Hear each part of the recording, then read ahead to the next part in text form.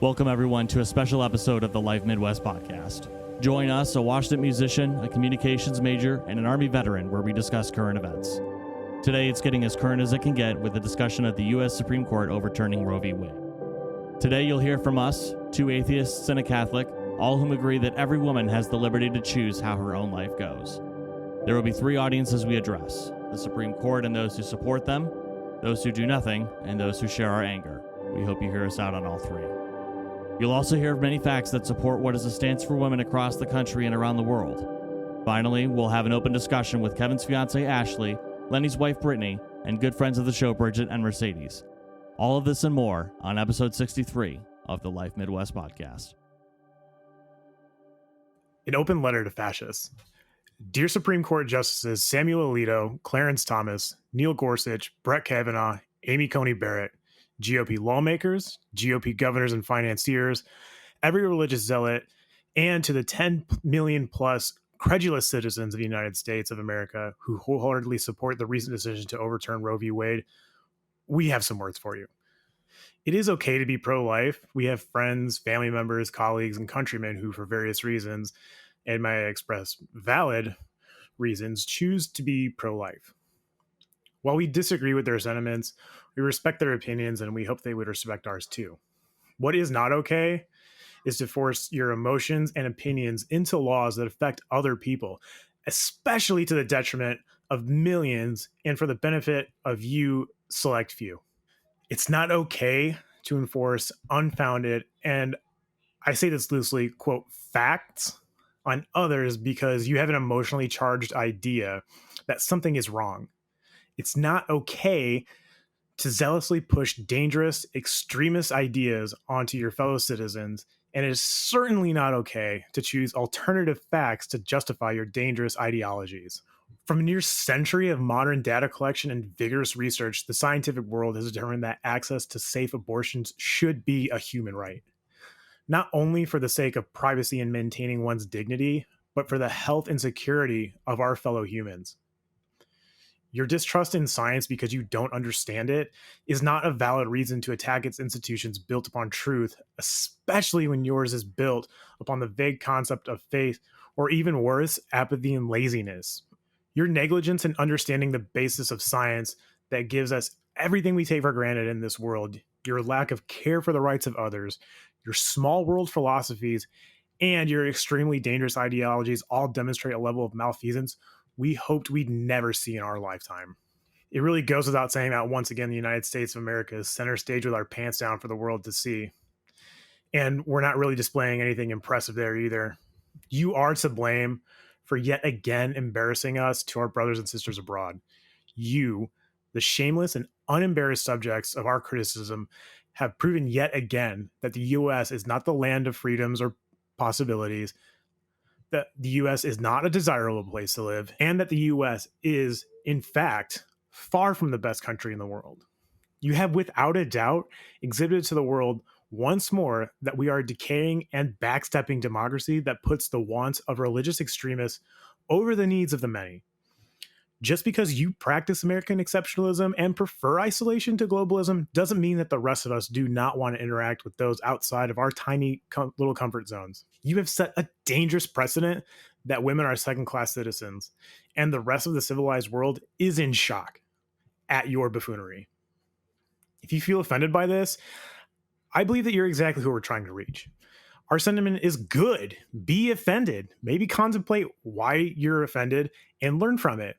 We are unapologetic and hope that you listen to this again and again until your head explodes with anger, that you feel the way so many of us felt when we read or listened to the news on June 24th. We will not yield. Have you even considered the downstream effects of your idiocy? Have you stopped for a moment to ponder what such actions will lead to in the future?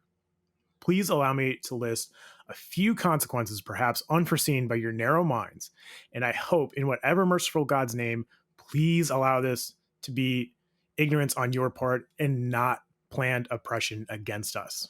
We believe that the latter is more likely, but we can have faith too. Without further ado, here's everything you failed to consider before wantonly destroying a pillar of women's rights. For the uninformed, Roe v. Wade wasn't the only thing overturned. Planned Parenthood v. Casey was overturned too.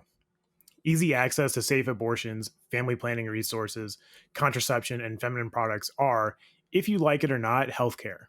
We know that you're not big on healthcare, but it's probably something you should know. Just like your arguments for not controlling guns, people who want to do something will do it if it's legal or not. The difference with healthcare is, ideally, one would like their female family members who are intent on getting an abortion to do it safely rather than dying because they went somewhere shady to have it done. Here's another one for you smooth brains. Have you considered that crime rates go down in places where abortions are legal? It's not just noise and data or some type of statistical anomaly. It's real, with studies that have been replicated and confirmed. Although, I guess it makes a lot of sense that the same party that loves the idea of a police state would want crime to go up. Also, the added benefit of cracking down on innocent women who need healthcare and not a prison sentence. Gotta justify that police budget, right? While we're on the topic of things you either didn't consider or planned maliciously, this gives law enforcement in states that prohibit abortion the ability to pick and choose who they want to enforce abortion control on. Folks with extra melanin, Asians, poor whites. These are certainly the demographics who will see the most detriment from this decision, but y'all knew that, right? As our institutions find new and exciting ways to persecute the poor, it becomes more and more apparent that these laws are, in a proverbial sense, for thee, but not me. How about this one for you doofuses? Imagine you're married and you get another woman pregnant, like the absolute degenerate you are, and you're not able to get her the much needed abortion she, or rather you, need. I guess this also assumes that you're poor, per the aforementioned, because the rich will just travel to a state where it's legal and do it safely. Based on cop shows, you'd rather kill her and the unborn baby to cover your adultery because we all know your wife will cut your dick off if she finds out. As we say, it is always better to kill two people than one, right? Okay, using you as an example is a bit extreme, but you must imagine these occurrences will proliferate when you create an environment that incriminates abortion for those in already stressful financial situations. We know you don't care about the poor, though. In the same vein, if we look at the above argument from the perspective of a woman, maybe women struggling financially who discover they're pregnant will just kill themselves to avoid having to bring another human into their unfortunate circumstances, or to avoid straining further their already strained existence. We may as well lose members of society that we've invested a decade plus of effort and resources into, instead of giving them safe options to escape certain abject poverty and strife. Oh, adoption, you say? Sure, let's make working women go into considerable debt having safe labor at the hospital while simultaneously taking time off to have said birth safely. As long as those fetuses don't get yeeted, huh? We won't stay too long on this topic, as the systems that facilitate adoption in the US are so fucked up we could be here all damn day. Just so you know, we don't find adoption to be a valid argument in any circumstance when related to this issue. They just keep coming. Have you considered the emotional damage from getting an abortion is more an aspect to the cognitive dissonance one may experience because of indoctrination in their own life? There's also the constant stream of toxicity across all mediums in the US towards people who get abortions for you to consider. While there is no doubt an emotional aspect to unfortunate miscarriages and induced abortions for medical reasons, we don't have great data suggesting that those who do not wish to have a baby would experience more trauma from getting an abortion. If it wasn't for the stigma around the topic, and if more people minded their own business, what would women have to feel bad about? You and your unthinking, uncritical, and credulous cohort will make the national mental health crisis even worse. We know you don't care, but thought it was important to mention. We cringe just thinking of how fast this point will go in one ear and out the other because of your ignorance and unwillingness to adapt. But we'd be amiss if we didn't mention it. Trans men, that is, people assigned female at birth who are transitioning into men, already experience a significant amount of gender dysphoria and body dysmorphia. Could you imagine being in such a circumstance and then having to give birth? Chances are this wouldn't be an issue unless a trans man was raped, which combined would be all levels of fucked up. But hey, let's just keep creating opportunities for the already marginalized citizens of our beautiful democracy to be hurt more. For reference, a not insignificant number of women become pregnant due to rape each year in the US. Many sources state somewhere between 17,000 and 32,000 women per year. For the sake of appealing to your sensibilities, Fox News says around 25,000 as of 2017. Even worse, there are 7 states where a woman's rapist can sue for custody of the child after birth. We have included a list of all 50 states and where they stand on this issue in our show notes. We know you illiterates probably will not read these, but our listeners may want to reference them. This is rhetorical, of course, because we know you didn't, but in case you wondered, codifying a policy based on an old-ass book written by people we would consider fucking weird today is a bit out there, isn't it? You're setting precedent that we can make laws based on religion and small groups' interpretation of that religion as it is. Aside from shitting on the First Amendment, because trust me, we'll return to that, you are the same people who fear-mongered against Muslims in our country because Sharia law or whatever the fuck, and now you're creating a Christian style of Sharia law in their stead. You know, everyone calls you Al-Qaeda behind your backs, right? Because we definitely do. We definitely don't mean to conflate Islamic extremists with the whole of Islam, just as we don't mean to conflate you 5 doofuses and your cohorts with the entirety of Christianity. We really just hate zealots because they keep making our world a more stupid place. In a similar breath, many states with trigger laws are set to ban abortions due to this ruling, including our home state, Ohio, which banned abortion based on arbitrary figures not supported by any credible scientists or reputable bodies of research.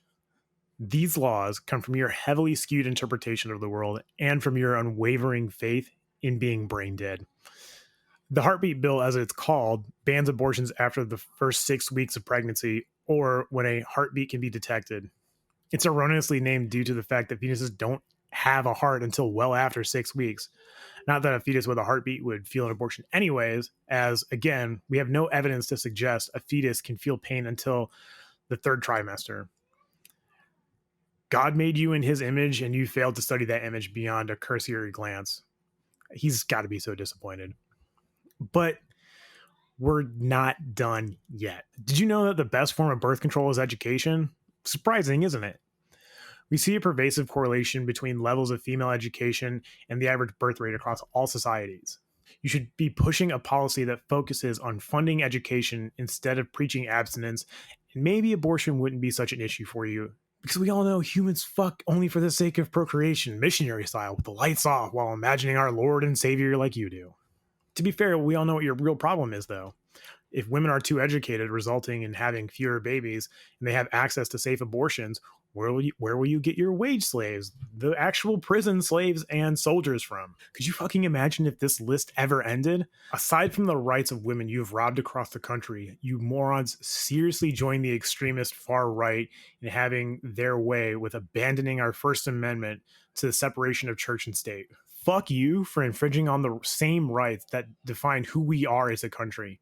When you ignore the Bill of Rights and set precedent that it's okay to do so, you undermine what our country was built upon and pave the way for others to do the same. I can see it now. The year is 2023. There's only 9 amendments in the Bill of Rights, starting from a newly expanded Second Amendment. After all, we don't need any of the bothersome stuff in the First Amendment anyways. Guns, however, well, if they're white, that is anyways. You same idiots demand less government in our lives and are now the same people putting more government into the lives of women and by extension their family. Go figure your narrative is only for the benefit of you select few. You morons give the states the right to invade the personal privacy in case of miscarriages. Yeah, let's criminally investigate the poor women who just had an untimely miscarriage. Chef's kiss to your lunacy. I mean, come on, you're just doing this to create ridiculous news headlines, right?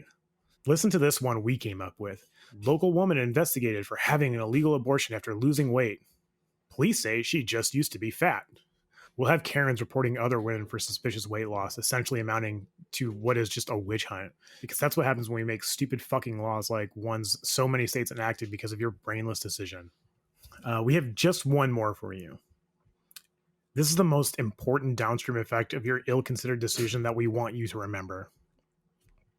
In the preamble of our Constitution, it clearly states the items outlined within are not only for ourselves, but for our posterity's sake as well. With your incessant desire to harm our youth with ill-thought policy, we either have to assume you're illiterate or are just intent on harming generations after you. When a baby is born into poverty, abuse, neglect, and with no sense of belonging, they have a significantly higher chance of developing mental stress or mental issues. Oftentimes, ones with violent tendencies. Someday, when a mother is forced to give birth to a little monster she never wanted, we hope it's you and your family that experience the negative effects of this unfortunate truth and not just some poor innocent bystander. Again, we can have faith too. We must state that we are not encouraging our listeners to harm anyone. On the contrary, we, as is demonstrated in this speech, would rather harm your ego with words, which is our preferred weapon. We just want you clowns to know how disappointed we are in you. So going forward, that means no friends over for a week. You have to go to bed an hour earlier from now on. And when daddy gets home, you'll be getting a thorough spanking. I mean, it's just sad that us lowly plebs are left scalding the institutions that govern and their supporters as if they're children with the emotional intelligence of a potato. If it's disdain, condescension, and scorn you take away from this, we're impressed that you can even form reasonable conclusions in your head we assume to be vacant. We are grateful your ears are attached to some sort of brain so you can hopefully feel bad about what you've done. Still, we do not yield. Fuck you, Samuel Alito. Fuck you, Clarence Thomas. And especially fuck you, Clarence. Have you ever read First They Came? Funny thing is, your cohorts wouldn't think twice about putting you in a cage. Are you brainless? Seriously. Also, fuck you, Neil Gorsuch. Fuck you, Brett Kavanaugh. Fuck you, Amy Coney Barrett. Especially fuck you as well. How does Stockholm Syndrome taste? Oh, you don't know. Sad. Fuck you, GOP lawmakers. Fuck you, GOP governors. Fuck you, GOP judges. And just a general fuck you to the GOP. Your party are grifters and fascists. Also, and with just as much fervor, fuck you, Democratic lawmakers. You're incompetent and weak. Last and certainly not least, a very special fuck you to the man responsible for this tirade. From the bottom of our hearts, fuck you, Donald Trump. May you choke on all the dicks in hell your people imagine for sinners. And now, an open letter to the holdouts. Take it away, Wes. Dear moderates, fair weather folks, you non-confrontational types, and those of you who condemn our approach with the same energy and vitriol we hand out to our enemies, thinking you are rightful in doing so, when is enough of losing our liberties enough? I can see it now, written all over the unseen faces as they judge us while hearing our words. Well, I like their ideals, but they're just so disrespectful. To that we say, now is not really the time for tactfulness. Now is not the time for pleasantries. Now is not the time to care about your fragile, polite world existence. Now is the time for anger. Now is the time for action. Now is the time for public scrutiny of the officials who were supposedly put in place for we the people's benefit. If you do nothing to condemn those who steal from society, you are no better than the pirates or the oppressors. Your inaction is action within itself, an action that demonstrates you are okay with people being stripped of their rights and personal liberties. History supports that you will certainly be the next victims of their injustice, with no allies or power to prevent it from happening to you. What will get you off your asses? Your savings have been drained by profiteering healthcare companies and the corrupt lobbies that support their ends. Your children's lives have been stolen by profiteering gun lobbies, the military-industrial complex, and by the institutions that profit off poverty and despair. You've been pushed out of your dwellings by scumbag profiteering landlords who have the law on their side. Your futures have been darkened by those who exploit our commons and the environment. Now, your sisters, wives, daughters, cousins, and friends have had their privacy and reproductive rights stolen right in front of you, no doubt by those who aim to profiteer from their suffering. We are so happy that you could be part of all that while sitting idly on your ivory tower, watching our democracy decay. By doing nothing but running your mouths because we ran ours, what have you really done? Do you feel good about doing that? Does it help you sleep at night? Have you met your quota of easy fucks to give by doing so? Better yet, we don't care. We fight on. We will work steadfastly to twist your arm through logic and reason over to our side. We know the fences you're sitting on have sharp spikes. The type of spikes that keep the unwanted out. It's obvious why you careful yourself to not fall off. By the way, how does your ass feel? Do we yield? No, we get pissed, and rightfully so. We get mad like we have 1,000 times before. But this time we remember the last 100 times. The times we felt so angry in rapid succession, where events wound out of control so quick, we forgot what we were angry about, and we got mad about the next issue before we knew we were spinning. The momentum of our spinning eventually turned into a whirlwind of frustration, pain, and vitriol. It's time to take the offensive. We will no longer spin out of control angry at everyone for no reason. We know our enemies, and we wish them ill. You do not have to support abortion to be on the right side. You must simply not support infringing on human rights to see eye to eye with the rest of us. To the modern world, this is not a moral debate, but a decision best left to science and the institutions built upon it. Since sayings about bridges are a fun way to prove points, if the church told you to build a bridge a certain way, but physics suggested maybe that wouldn't work, would you still build it that way? Data science, medical sciences, economics, and the political sciences suggests access to safe and legal abortion make for a safer and more equitable society. Something anybody but a sociopath would agree is desirable, I imagine. Abortion is a necessary evil, if you feel such a way. Whether you trust science or not, it's replicable and always observable. Unlike your beliefs on morality, brought to you by none other than a millennia-old book that's been altered over many iterations. You may be holding out for other reasons, and that's okay too. We really, really hope that you at least take the time to listen to what we have to say. I know we were a little snarky, and I know we've been condescending, but it's for an important reason. We can't let our civil liberties be stripped from us. This is a fascist takeover. We've seen it in history. We're seeing it again. If you do nothing to stop it, you will be a part of it. Finally, an open letter to the rest of us. It certainly isn't easy to bare our hearts so raw on a public platform, but enough is enough. We always contemplate how we will seem to our audience and how we will appear to our friends, family, employers, and future acquaintances if they stumble across our content. The differences between before and now is that the overturning of Roe v. Wade is pure insanity that needs not only addressing immediately, but condemned to the fullest of our breath. The most important thing to highlight, we feel, is that the issue disproportionately affects women more than men. While men will experience some downstream effects of this issue, women, and especially women of marginalized communities, will feel the full brunt of this injustice. We don't speak for women, as they have their own much louder voices on this topic, and rightfully so. But we speak for ourselves in the defense of what we believe is right. We at the Life Midwest podcast believe fully that nobody's rights and personal liberties should be infringed upon so egregiously. Hard-fought battles for rights of historically marginalized people should never be taken away so effortlessly. Nobody's liberties should be, for that matter. We have too much education and too much damn knowledge to let this type of behavior go unpunished. This disrespect of women's rights is just the start. If we let this go unchallenged, whose stolen rights will we be pissed about next? Justice Clarence Thomas has already stated gay rights and contraception are next on his agenda. Maybe we ban interracial marriage too, right, Clarence? As ironic as it is for a person of color to be infringing on others' rights, it is also extremely terrifying that somebody with a lifetime past to fuck up our country is so far up an agenda's ass they can't see the writing on the wall. People in this decaying democracy no longer have the ability to sit around and ignore what's going on. I believe I am far from fear-mongering and well within reason to assert the United States of America as we know it is dying, and unless we act now, collapse is certain. We urge everyone to do something, anything. You can protest. If you're good with technology, use that to your leverage. For example, write code that never allows these people in office to sleep ever again.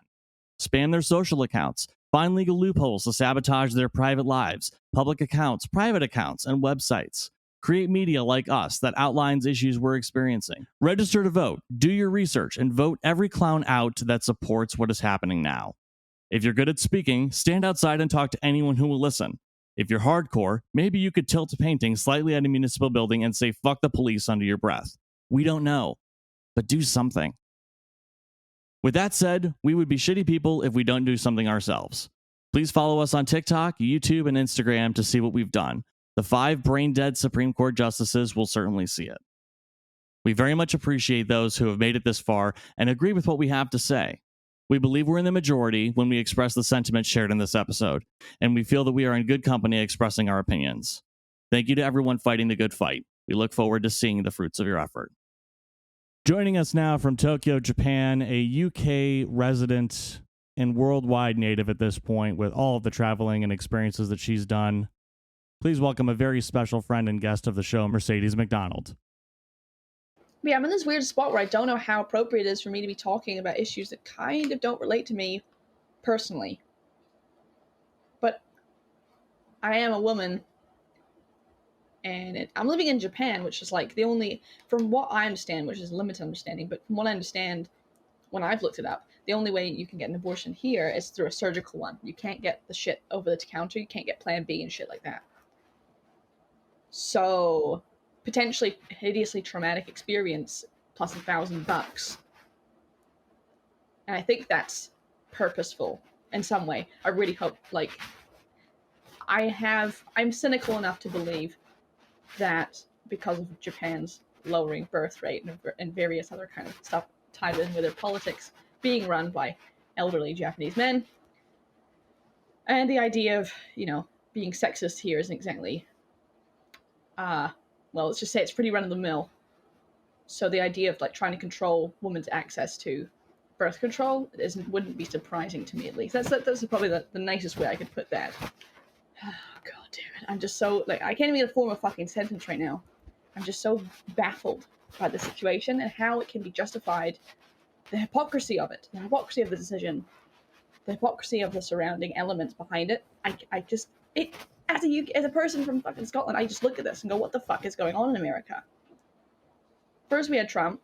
Okay, we're good, bad, and this is going, like, from bad to worse. It doesn't seem like the Democrats are doing shit about it either. Just, like, get out and vote, kids. Look at how scary the Republicans are. Yeah, like, that's not enough to run a country. I can understand why it's controversial. I can understand why some people may believe it's immoral. I can understand the reasoning behind why. Because people obviously cherish the sanctity of life, and I can see that point of view.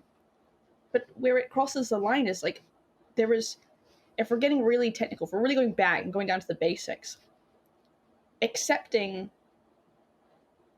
individual freedom, accepting that the individual is the core, is the final unit in a society. Like, you can't infringe upon that individual. It has to be, in a free, democratic, liberal country, the idea that I'm not in control of my own body. What repercussions does that have societally? And if it only affects the bodies of half the population, half which are already marginalized in society, what message is that sending within the country's borders, but also the rest of the world? You can't make sense of it. It doesn't make sense. It's not designed to make sense. It's hard to justify why my life I say my as like a woman, a woman's life has to be put on the line for essentially a clump of cells, which can turn into a human, when, for example, perfectly living, healthy donors for organs, there is no way in hell you can force someone without their consent to keep someone else alive. Even if morally you stack up all of the situation, the scenario around it. It doesn't matter. It doesn't matter if, like, there's a child with leukemia and my bone marrow will save that child. It doesn't matter how immorally dicey that situation is. No one can touch my body without my consent, and that's enshrined in law, and I believe in that principle, that unless I decide, or unless someone decides, you can't do shit to their body. And once you take away a piece of that for half the population, essentially, where is the line? Where do you stop? Why the hell is this going on? Why is it okay in this one case? It doesn't make sense. It's not designed for comprehension. And I don't think the people who are making these judgments, which can often be theological, by the way, I don't think it's right for them to be making decisions for other people's bodies. By all means, if you decide for it's just a choice. It has to be a choice. The idea that the state can take away that right to choose what happens to someone's own body, that kind of power is just baffling to me. I don't agree with it. I don't see how that is acceptable. And I see that as a huge moral wrong. I don't want to be that guy, because it seems like people are drawing comparisons to The Handmaid's Tale, which has its own set of problems.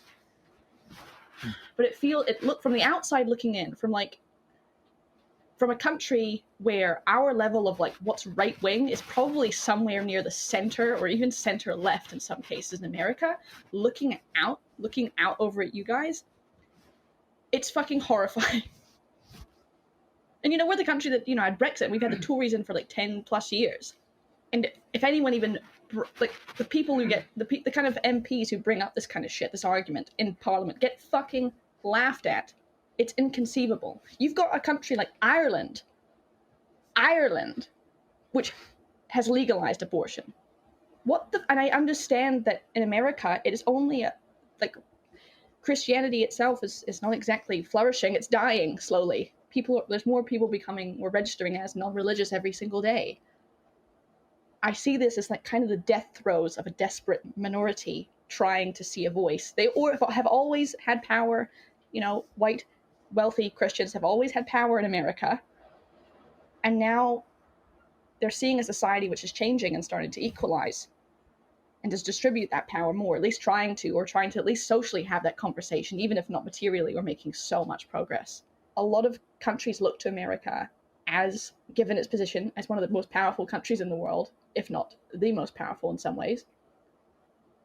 It sets the tone, it sets the standard, and is meant to, in theory, support these kind of democratic values of individuality, individual rights, free speech, etc., etc.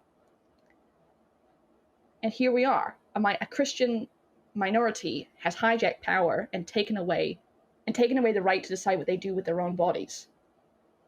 How can you not look at that as kind of like a brother country, or like even the originator of America, and go, what the fuck is that?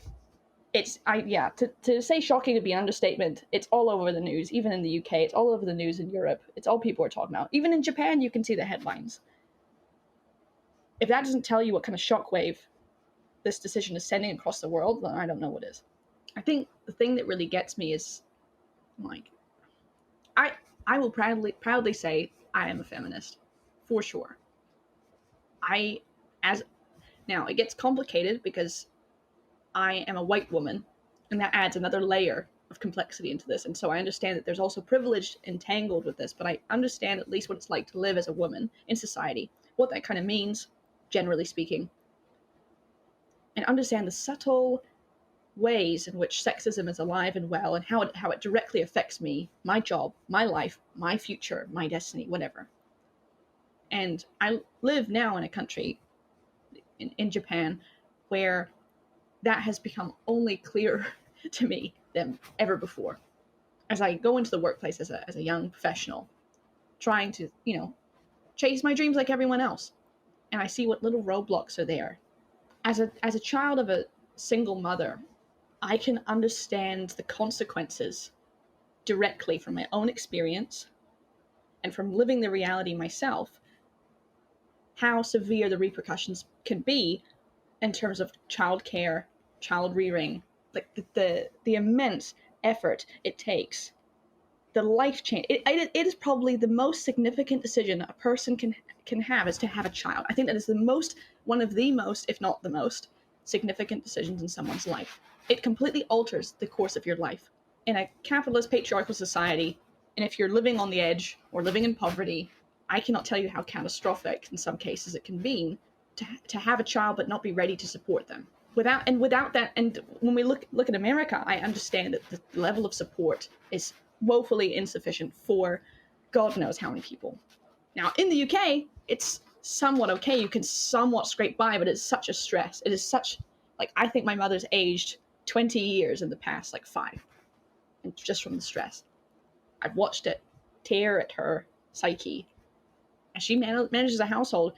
And in this case, like in many other cases, in single-parent families, it is often single mothers who were left on their own.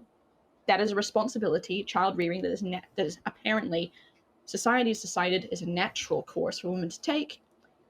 And if a man steps up to be a father, wow, bare minimum, bar is in hell, we're talking here. If a father does the bare minimum for their child, they're celebrated, whereas a woman does the bare minimum or goes above and beyond, they're still shat on by most of society in some ways. There's always something to criticize. How do you even call it? The pro-life side of the argument are so focused on this one tiny on splitting hairs on this one issue. That simply when it comes to, okay, what support do we have in place to take care of said children? Well, yeah, go fuck yourself. That's the response. I'm paraphrasing grossly here, but I saw this quote essentially that kind of explains how the unborn, you probably heard it yourself maybe, the unborn are a fantastic group to advocate for. They don't complain, they don't whine, they don't have any differing opinions, they don't fucking exist yet. They can't say shit to you, they can't say shit about you. You can use them to stand on a moral high ground without any of the complications you'd have with any other group that you try to represent. So they're incredibly convenient to advocate for, because you can just pretend that you're fighting on the side of life.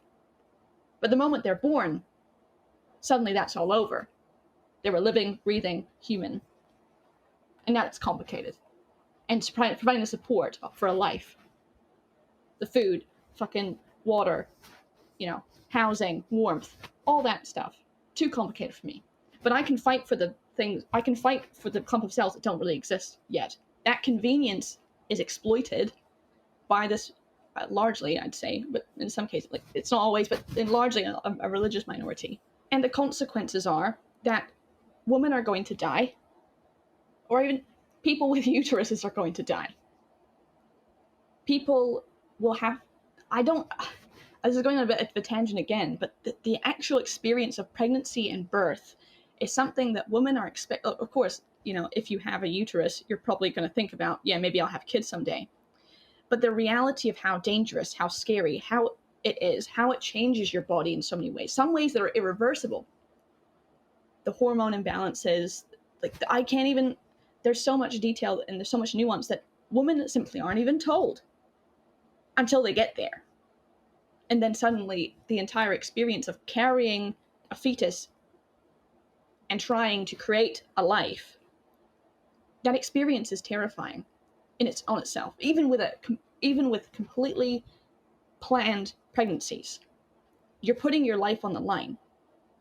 Even in America, where healthcare in terms of the quality is sporadic, and you got to worry about your insurance and if it will cover certain stuff, it's one of the most financially significant burdens to be placed on you as a human being in your life generally. The idea that I have no say, or the idea that a woman has no say in that process, for whatever reason, it is beyond comprehension.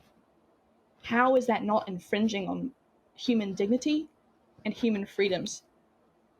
Your own body of such this is a 9-month procedure, and then you have to go through the worst pain of your life, or have a huge incision in your fucking abdomen, and you're saying, yeah, there's no choice, the state's decided that's the thing.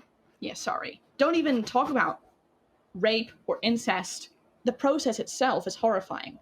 And the idea that choice is taken away from you, I can't. How can you sit there and call that freedom? That this is the best country in the world. This is the standard for the world. This is just one of many examples in recent years of this kind of shocking, horrible stuff happening. And it's happening because of a minority. It's not even that the most people want this decision, to my understanding, as an outsider looking in. Obviously something's broken here. We already deal with patriarchy, with sexism, with a whole bunch of with a country that doesn't want to look out for the most vulnerable, and nothing seems to be changing. It seems like conflict is all you hear nowadays. It defies belief to me, how this can be rationalized. And I think it's a symptom of a political system that is not serving the needs of the people. And I think I highly agree with the point that it should be reformed drastically to better represent the values it claims to uphold, which is what freedom and democracy for people is: equal power distributed among the people. Whose opinion is this forcing down everyone's throats? It's a minority. Doesn't sound like a democratic process to me. My only hope is that this will finally, these are the death throes of the Christian right, and hopefully the death throes of the Republican Party as they desperately cling to power in any form. abandoning any of their own conservative values just for the sake of the presidency or getting into the fucking Congress. That is my deepest hope right now for what this means. But I have a feeling that given the last 10 or so years of living on this earth and growing up in this kind of state, I must say that I'm bracing myself for the changes to come, because I don't see things getting better. And I say this as a person from the UK who's not even technically involved, which I need this to be very clear. Like, I'm talking about a situation I don't have an intimate understanding of, nor an intimate education on the concepts we're talking about.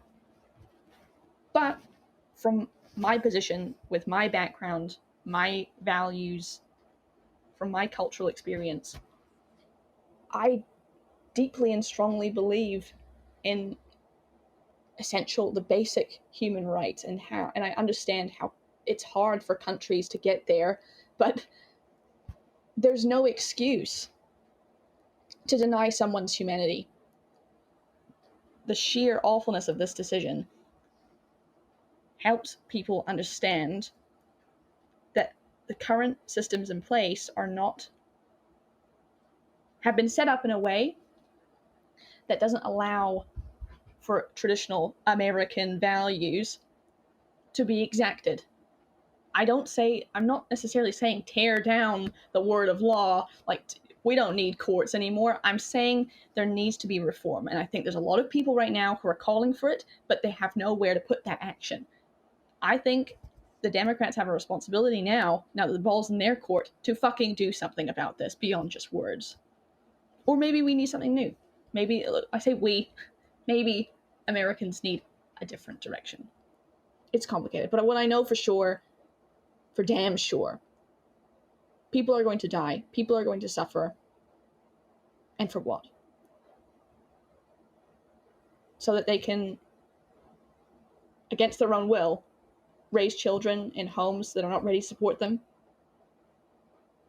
so that they can be forced to give birth, a hugely traumatic process, to their rapist baby, so that a fucking 9-year-old whose body is not capable of sustaining a human life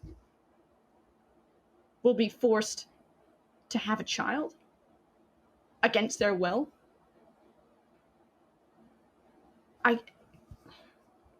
Is that it? Is that the world we want? Is that what we want?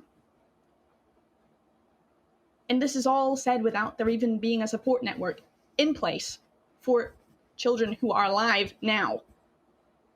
You've got a foster care system which is broken, where abuse is rampant.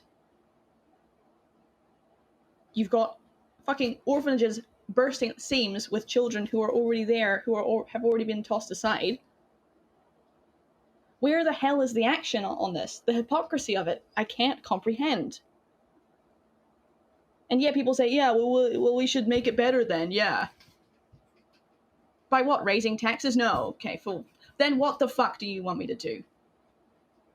By giving more money to people who need it, people who are in vulnerable positions? Nah, fuck them, they're lazy. There's no way this argument can go where it just doesn't lead in the suffering, in human suffering, unjustly, to part of the population which is already discriminated against and marginalized, who already faces structural imbalances to getting any sense of power or economic equality. Yeah, let's just fucking kick them in the teeth while they're down. The level of inhumanity here, it's not my country. It doesn't even affect me personally. Just watching this happen, how can any word describe what is going on beyond tragedy?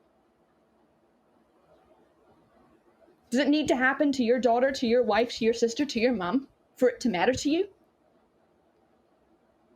Or can it not just be enough just for me to discuss these theoretical examples? Real things that This is a reality already.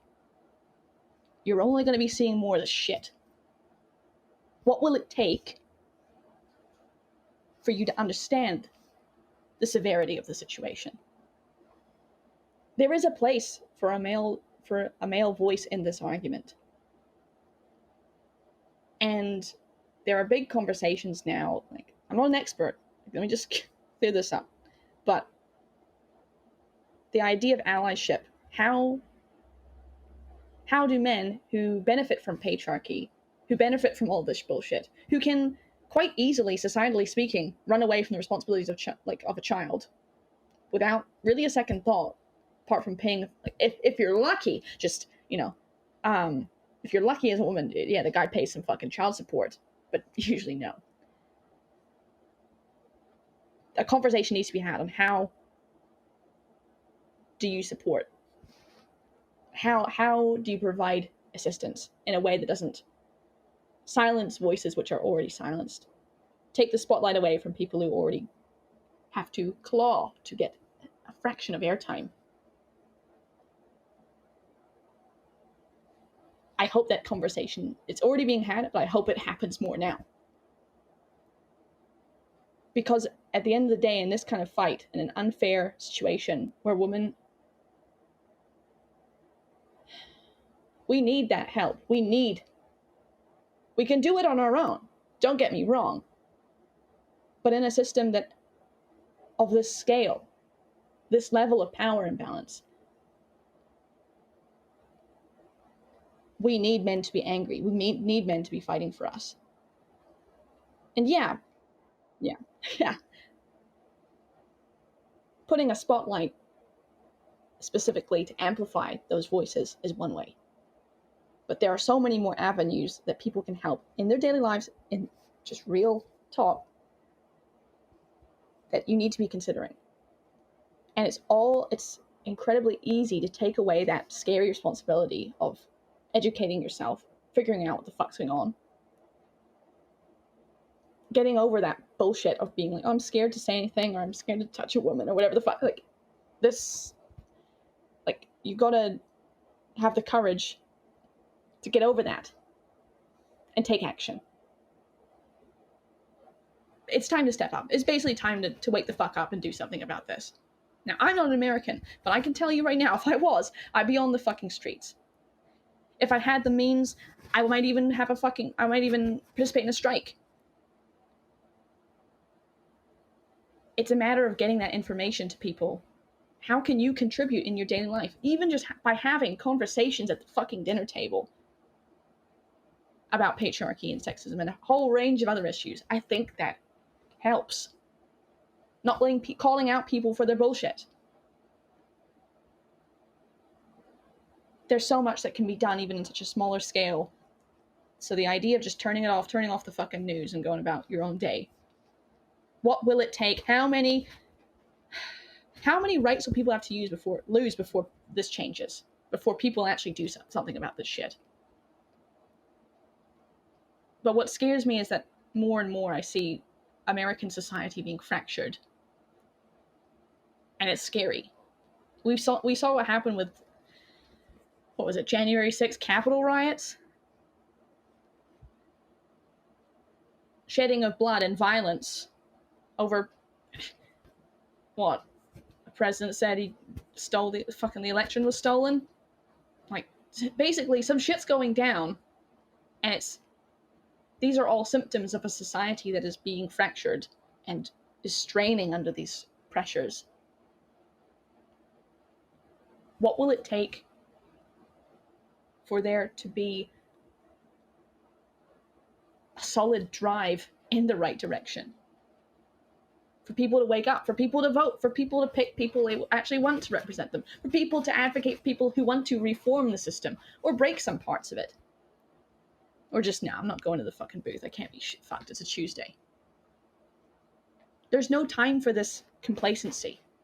And it's a privilege to even have that complacency. And I think, especially, half the population is also men.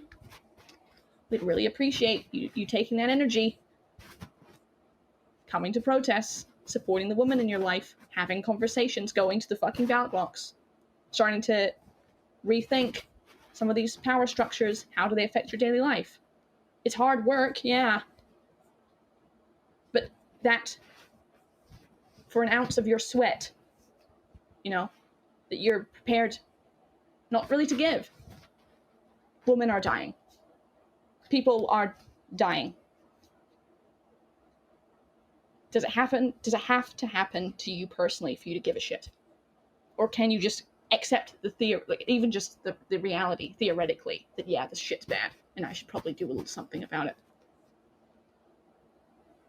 Is this the American dream? Is this the great society? This is all horrifying, and my heart goes out to the millions upon millions of women in America who are suffering as a result of this. Finally, here to close out this special episode 63 of the Life Midwest podcast are women. Ladies? It's funny to me because before, I guess, Ronald Reagan, most conservatives didn't really care about Roe v. Wade. And even before Roe v. Wade, it was a conservative SCOTUS that, approved it. Like, they voted yes, like that it was okay. But then in the 80s, of course, there was the rise of like the evangelicals getting involved in politics. And that's kind of what kicked this all off.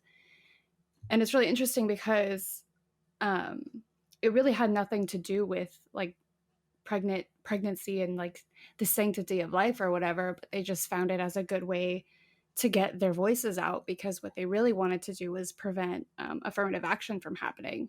But they couldn't run on, like a blatantly racist platform, and so they picked this instead.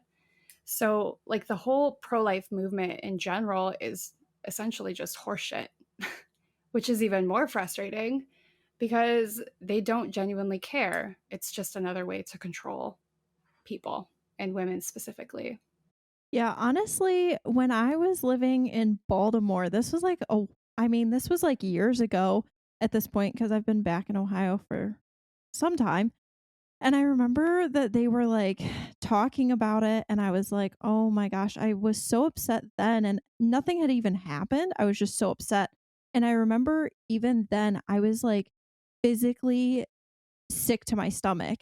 Just the thought of this even being like a possible, like possibly being overturned was so sickening to me that I just remember Kevin saying like, you have to get off social media. You cannot dwell on this. Like, it hasn't happened. Like, there's no way that this could happen. Like, there's so many things that would have to happen for it to be overturned that, you just gotta stay positive and know that, we're doing as much as we can, like government wise, to put people in place that won't let this happen.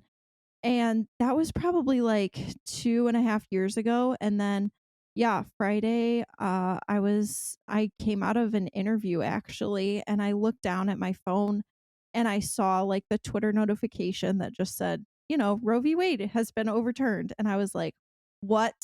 Like, first of all, I didn't even know that this was happening. Like, I didn't know that that was like going to be going, before SCOTUS. So I just was like already shocked because I didn't realize that, some random Friday this like all changed. But yeah, it's been like definitely kind of a whole whirlwind of emotions since Friday. Yeah, definitely. And it's funny because like my oldest, they are non-binary, and we've been like kind of jokingly chatting about moving to Canada. Just like kind of joking, not really. And then this all happened. And the first thing they did is they text me and they said, "Are you ready to move to Canada?" And I responded because, my husband and I have always had plans to move to Ohio once they graduated high school and went off to college. And I said, unfortunately, it looks like we're probably not going to be able to make that move because, I live in a blue state and my governor is very pro-choice and has come out and said that we would be a sanctuary state. But I also have, a baby daughter that I can't justifiably move to a state where I can't guarantee that she will have basic fundamental rights. And like, that's heartbreaking to me because we've always wanted to move out there and have my kids grow up with their families, and that's not a reality for us anymore. All of me is ready to move out of the country. Yeah. All of me. I've been searching the safest places in the world for women to live because of this. And I found it's almost all like Sweden countries. Like there's what's the word for that? Norwegian. Yeah. It's all of those. Yeah. Norway is the top one, by the way, Yes. in case you're curious. Yeah, I came home and I was like, screw this. I started applying for jobs like in any country that was like remotely like maybe a possibility. I was looking up like how do I even get like a visa to go to Canada? I've never like ever been outside of this country, but I'm like I've never had the desire to leave this country so badly right now. It's honestly embarrassing that we're even that like, and people are literally like outside right now waving American flags, celebrating what this country is, and it is honestly, one, embarrassing, two, horrific, and just three, mentally I can't even comprehend how people can celebrate right now. I think the two things that frustrates me the most about the entirety of it was one of the line of thinkings was the reason why they had to overturn it is because there wasn't anything in the Constitution that actually upheld a right for you to get an abortion or for somebody to get an abortion. And that was one of the reasons why they said they overturned it, because there wasn't any constitutional reasoning for it. And then on the Monday after, they decided to allow church back into government-funded schools, which there is literally in the Constitution a separation of church and state. So on Friday, it's, we don't want to add things to the Constitution that aren't there. But then on Monday, it's, we're actually going to go against what the Constitution says today. And I'm like, oh, okay. And then the whole such avid gun rights, when you see there is school shootings on the rise. Literally, China reported us to the UN for kids getting killed in school shootings. Yeah. And it's like, well, it makes sense why they need to keep making sure kids are produced. They keep letting them get killed in school shootings. We need to make sure the workforce is resupplied. Well, and the NRA and politicians, they make money off of school shootings. You know, these lobby groups give them more money. Like they're, I forgot the word I'm trying to think of, but they all like they profit off of school shootings. So, you know, it's just so much skeeziness in our government. It's disgusting. They also are going to hear a case that would let state legislators essentially overturn elections. So the Supreme Court right now is just doing the bidding of Donald Trump. They're just doing what Donald Trump couldn't do. It's such a disconnect from what I expect of our government, I guess. And I don't know how I could be so naive to say that. But it is true. It's just a disconnect of what I expect of our government that it's so hard for me to wrap my head around. There's no logical sense to me for why we're doing any of this. Yeah. We're trying to rebound from a pandemic, which we're not over. Like, I don't understand why the next logical step is to throw the entire sociological ecosystem into disarray again. Like, it hasn't been fucked for the last, I don't know, I'm alive for 29 years and it's been kind of fucked for that long. So, yeah. At least. But, like, not getting any better. It's getting worse again. And that's not the way we want to go. Yeah, I don't understand. It's honestly like, it feels like how much, like, in their mind, like the government, they're just like, how much more can we like put on them that they'll just like take and just not like, they're just going to fall in line. Because like, I mean, so many this has been going on for over a week now. And, at first that was what everyone was talking about. And literally now, people are like going back to like doing their everyday things. And it's like in my mind, like I seriously, since this whole thing has happened, I just walk around and I literally like look at girls and moms and I'm like, are they thinking what I'm thinking? Like, are they concerned? Like, are they worried? Are they thinking the same thing I am? And then I walk around and, I look at a guy and I'm like, would I be able to trust this person? Like, is this guy like a good guy or is he like on the side that like, is against me? And I don't know if there's literally anyone else that is thinking the same thing I am, but it is like it honestly feels like you're just trapped in your own mind and it's horrible. Like, I haven't been able to eat. I've just been so stressed out. And it's not even like, I know, like, being a white woman with like privilege, I know that like if I were in the need to actually, like, obviously I live in Ohio, so, I have that against me. But if I needed an abortion for any reason, like, I would be able to seek one out. Like, it might not be exactly legal at this point, but like I know that I have the privilege to get what I need to happen. And I just think about all these like minorities and like people that don't have the status that I have and the privilege. And it's like, oh my gosh, like I can't even imagine. Like, I can't imagine, being stuck somewhere, having like no available, like not being able to get these, this healthcare essentially. Yeah. Yeah. I mean, like today it came out that there's literally a girl in the state of Ohio right now. She's 10 years old. She was raped and she found out she was pregnant at 6 weeks and 3 days. And she is unable to seek an abortion because it's illegal in the state of Ohio. So you're telling me that the government is like okay with mandating that this 10-year-old carries this baby, right? Like a 10-year-old. Like, I there's so many things, but like, oh, that same, like, you have to bring a life into this world, but like you're not allowed to vote, you're not allowed to drive, you're not allowed to drink alcohol. You have like they're not even allowed to watch PG-13 movies. They're like, not are you allowed kidding to me? skip school. Yeah, like, but you're gonna tell me that you're gonna force that kid to become a mom. Like, that is horrific, and that's just disgusting. And it's not even the kid that's going to end up taking care of the kid. It's the mom becoming a grandmother and becoming getting a second child. Yeah. I Yeah. mean, it's not like, again, like an abortion affects like one direct person. It literally affects the mom.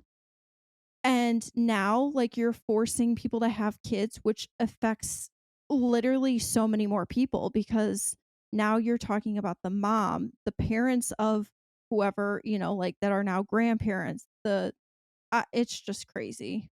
Mm-hmm. Yeah, not even like about like taking into consideration the trauma that's going to be on this little girl, like her body, just the physical trauma alone of her body by giving birth to She a might child be too that age. young to physically be able to do it. What'll probably happen is if they force her to do it, and if she doesn't go to another state, then what'll probably happen is she'll have to have a C-section. I doubt. There's no way. There's no way her body can actually deliver a baby. Yeah, I mean, or they like force her and she ends up dying, which is, I mean, that's like that's like a very good possibility. I mean, what 10-year-old can go through like birthing a child? I mean, that's just like, I mean, it's already hard on like so many adult women, and like so many adult women die during birthing. And it's like, Don't worry. now you're going to make a 10-year-old do it. Mm-hmm. And when everything's said and done, they'll send you the hospital bill. Oh yeah. Yeah, for sure. Yeah. No, But really like all these scary. people will be like, well, if she can't take care of it, then just give it up for adoption.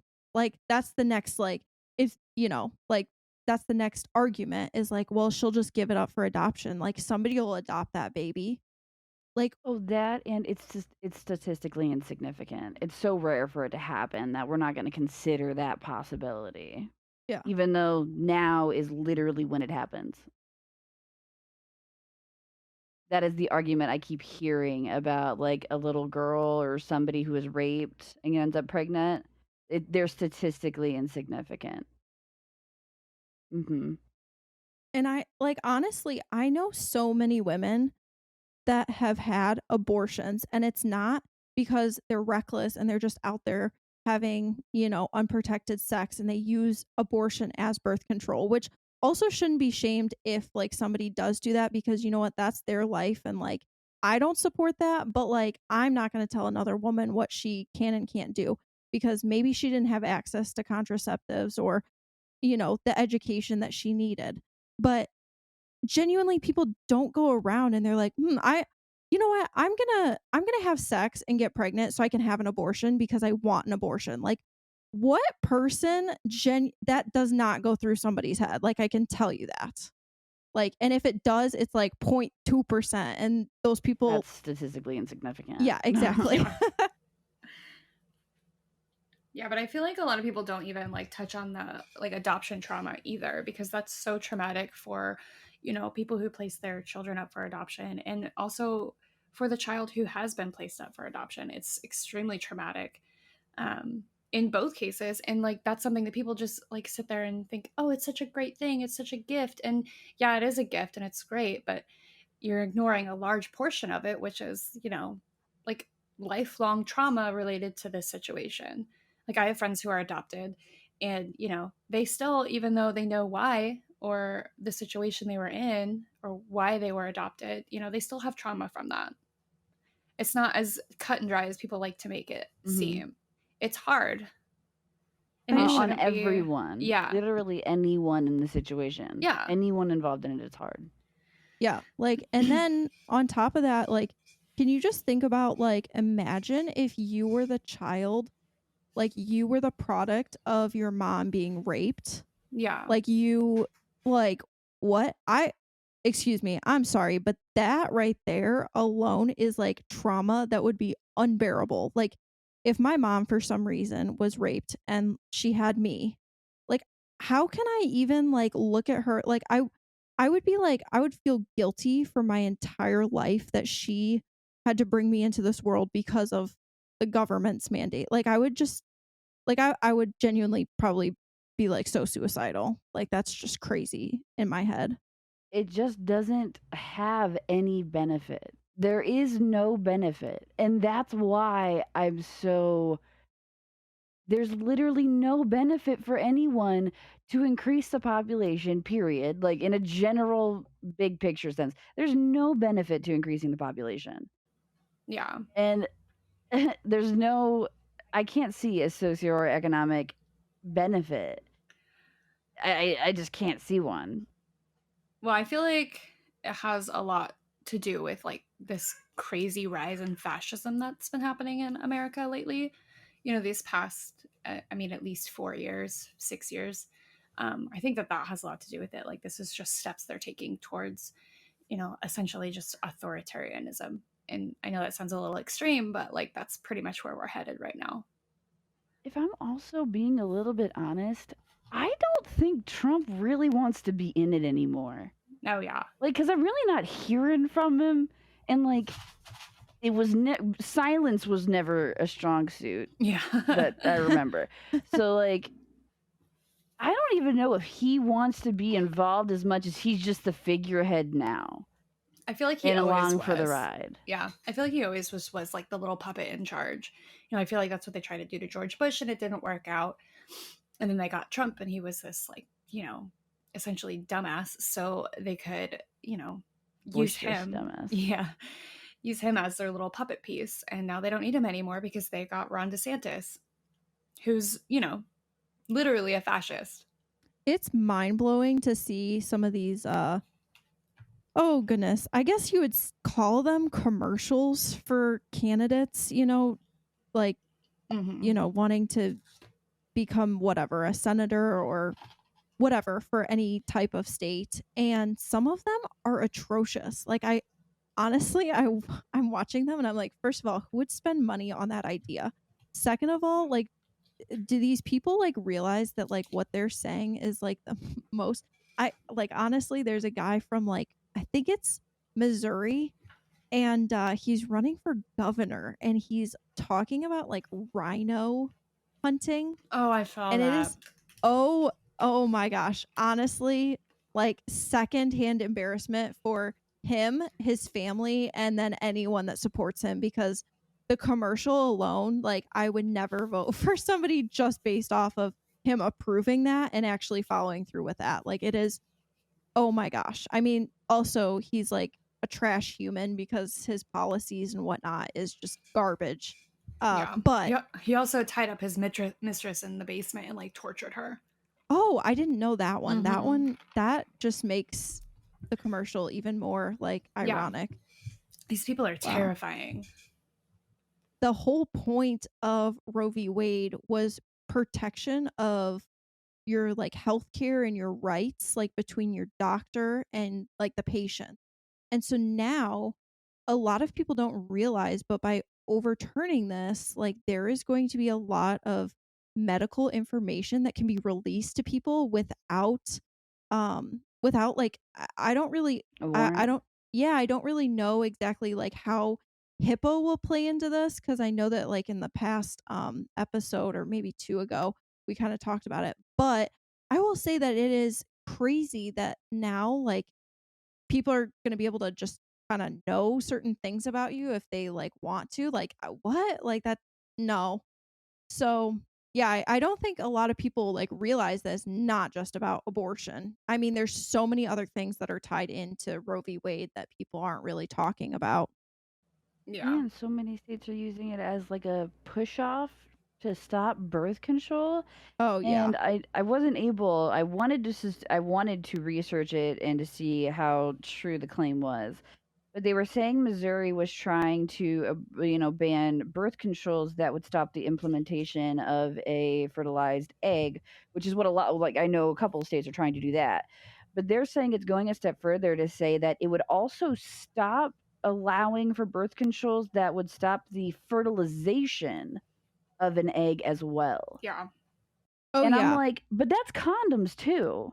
Oh yeah, so in Ohio there's I forget her name, but she's like one of the people in Ohio, like one of the politicians, and she's talking about contraceptives and between people that aren't married. So I guess anybody that's married, go ahead, buy all the condoms you want. In red states, they don't care, I guess, then, as long as you're married. But I guess for people that aren't married, they want to like, make it illegal.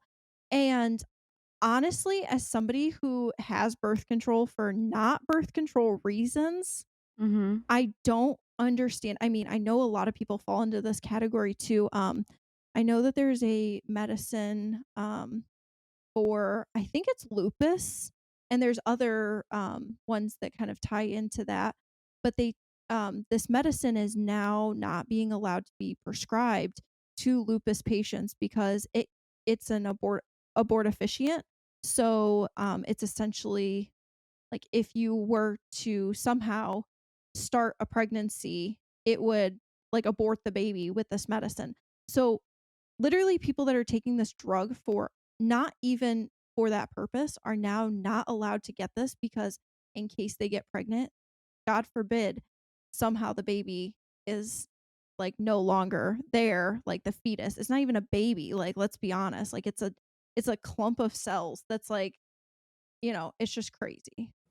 Yeah, there's like some states that are doing that with heart disease, like heart disease medications as well. Yeah. So if you are within like, I think it's like 18 to 45 years old, you can't get this type of like heart medication or like rheumatoid arthritis Oh medications. yeah, I saw that.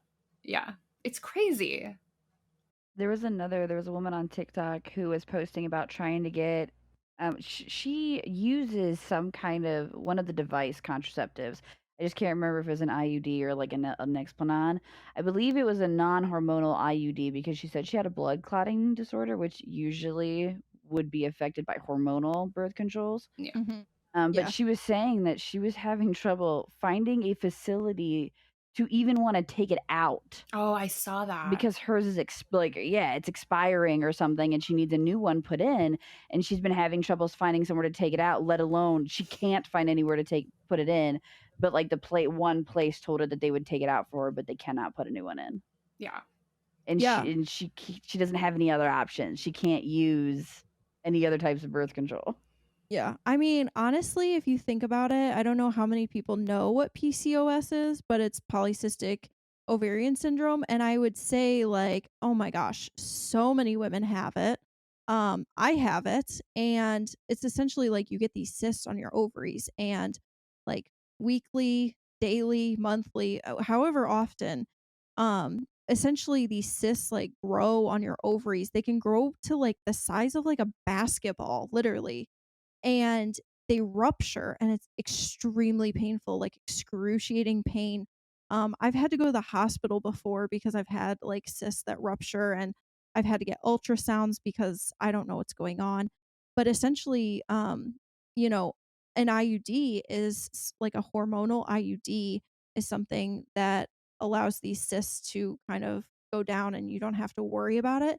And now for them to be like, oh, you know, some man in like the government is like, oh no, no IUDs. Like, he doesn't even understand like what people are using them for. And like, also, even if somebody is using it for birth control, like, is it like, don't you want people using birth control so that they don't seek abortions? Like, Right. it, like, There's no the more- consistency.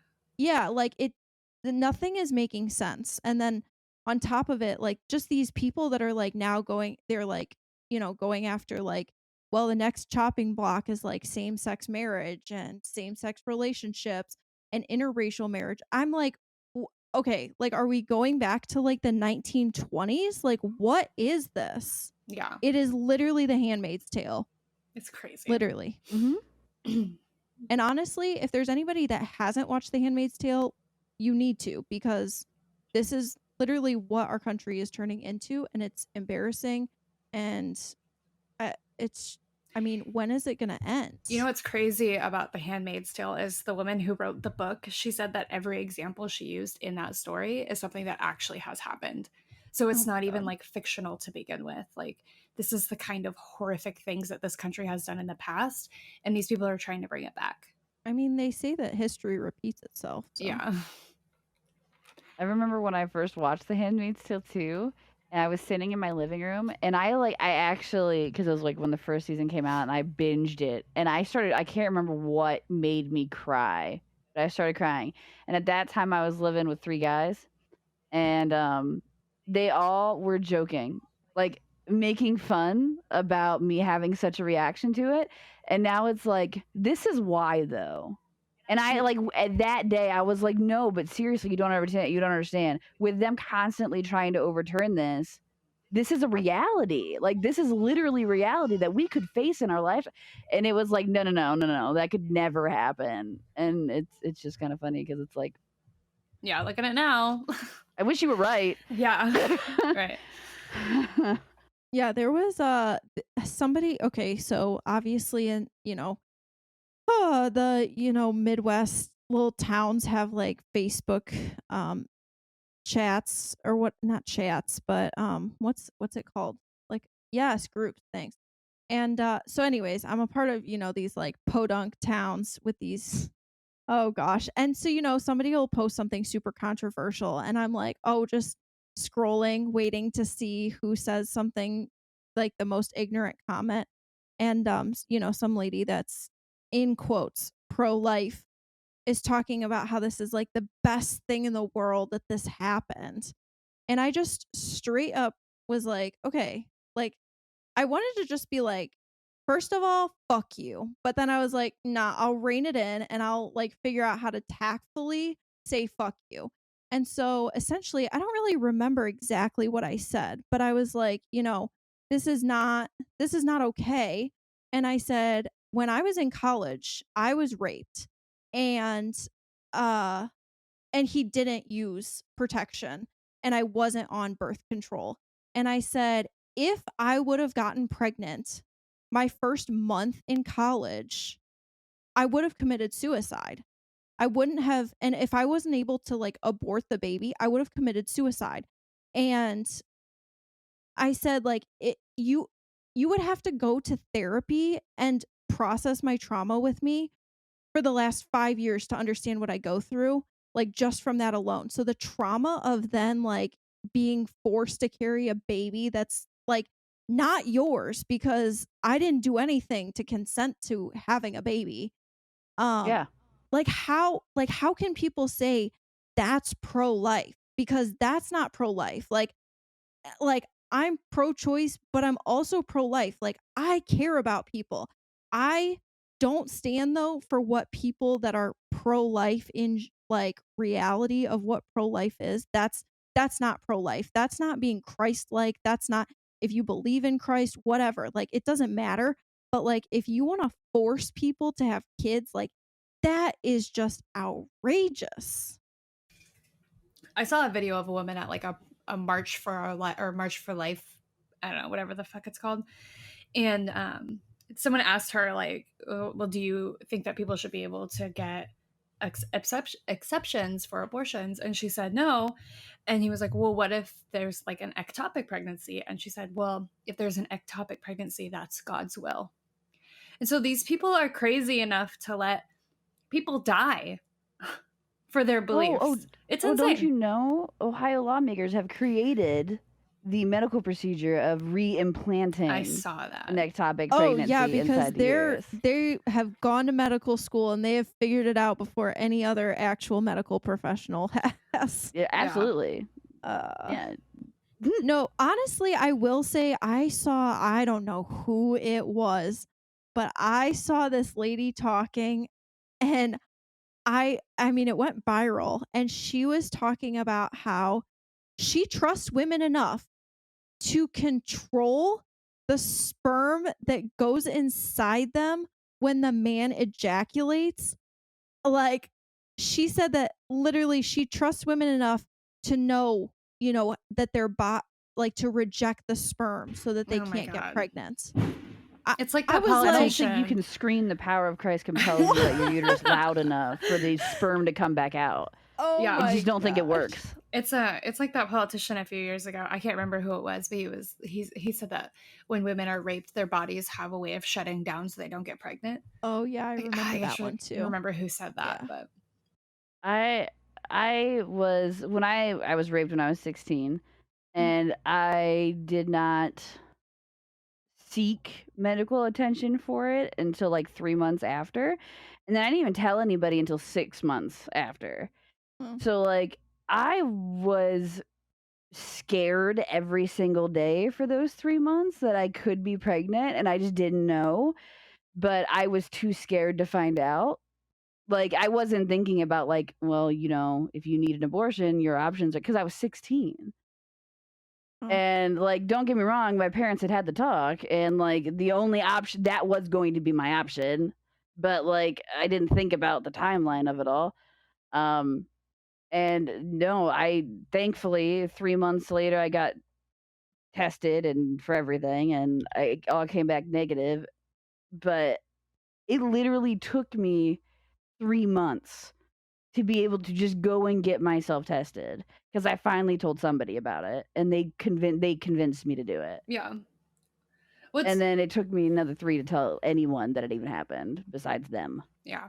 Well, it's crazy to me that people are like, well, there'll be exceptions for rape victims. And I just really want to know like what that exception is, because does the rapist have to be convicted before you can have an abortion? Because how many rapists get convicted? Yeah, mine didn't. Yeah. No, mine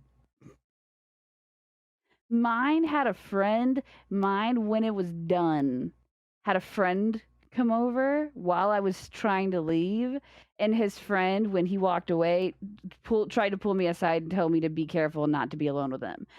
So the friend knew, and I just looked at the guy and I was like, "You're too late," and I just walked out of the house. And I was like, people are shitty. And our government is just proving how shitty they can be. And I wasn't expecting it. I guess my final thoughts is I think really the best way to organize this is kind of learn some history and tricks about this. There is a documentary on HBO Max called Jane, which I think is really interesting, and it's about, you know, the underground abortions that were run in Chicago in the 1960s. There's also one on Netflix called Overturning Roe, which kind of gives like a background of abortions in this country and the passing of Roe v. Wade.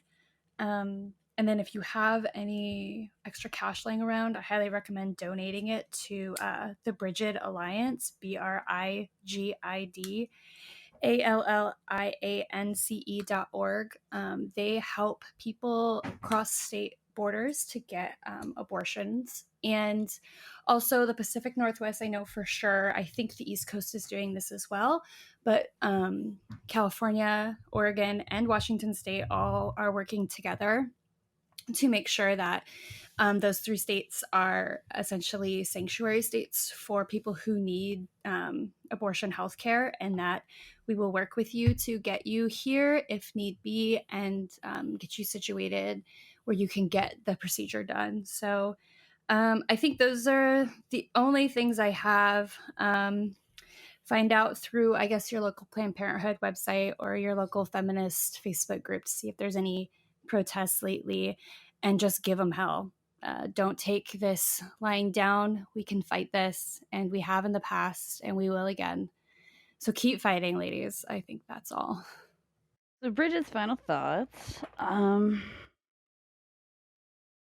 This just sucks. It sucks in a lot of different ways for a lot of different people, but I think that if you don't want to focus on the whole pro-life, pro-choice portion of this, then focus on what everything else that we're going to lose because of this is. Women aren't just losing the right to an abortion. That's not what this is. We touched on it a little bit, but this is allowing the government to give access to the most intimate parts of your life. I mean, your medical records are something that should only be between you, your support system, and your doctor.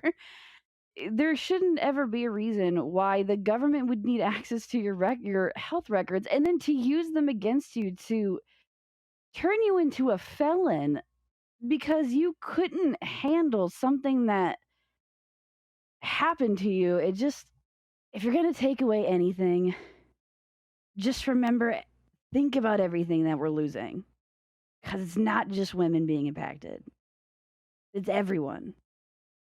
So big picture is hard for a lot of people. It's hard for me, but I think you're going to be really hard pressed to find women who are willing to go back into the 50s. So you need to take a look around and figure out where we are now and what we can do now, and not look at going backwards, because this isn't going to work.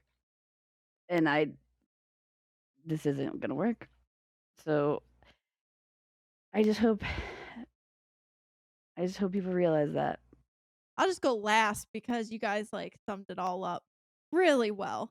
But I think also like encouraging men to like be supportive and, you know, like actually listen, you know, when like women are having like issues or talking about things that frustrate them, don't just be like, "Oh, you're being emotional." Like genuinely listen, because obviously in the last like week we've obviously gone through a lot.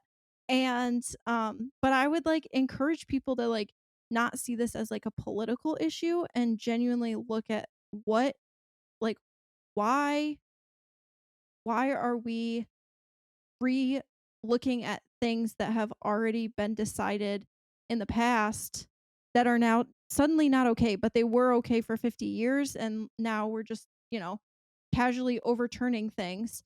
It cuz yeah, just like Bridget said, it's not going to stop with just Roe v. Wade. I mean, this is going to go into so many other things. It's going to have a trickle down effect.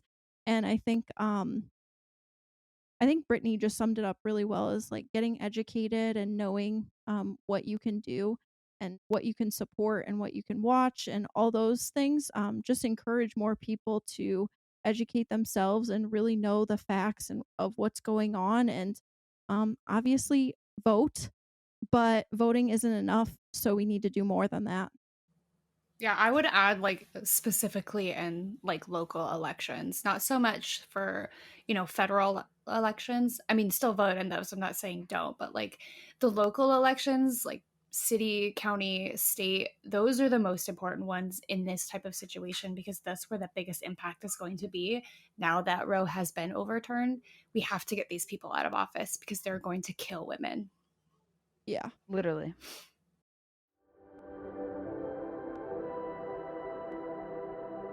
I want to thank each and every one of our listeners and special guests from the bottom of my heart for making this special episode possible. We hope it's encouraged you to think a little if you're opposed and inspired a little if you feel the same as we do. Reach out to us at any of our major social platforms at The Life Midwest, including TikTok now. You can also email us at support@thelifemidwest.com. You can also check out our website at thelifemidwest.com. We'll talk to you guys next Saturday and every Saturday here on the Life Midwest podcast. Take care. Have a good one.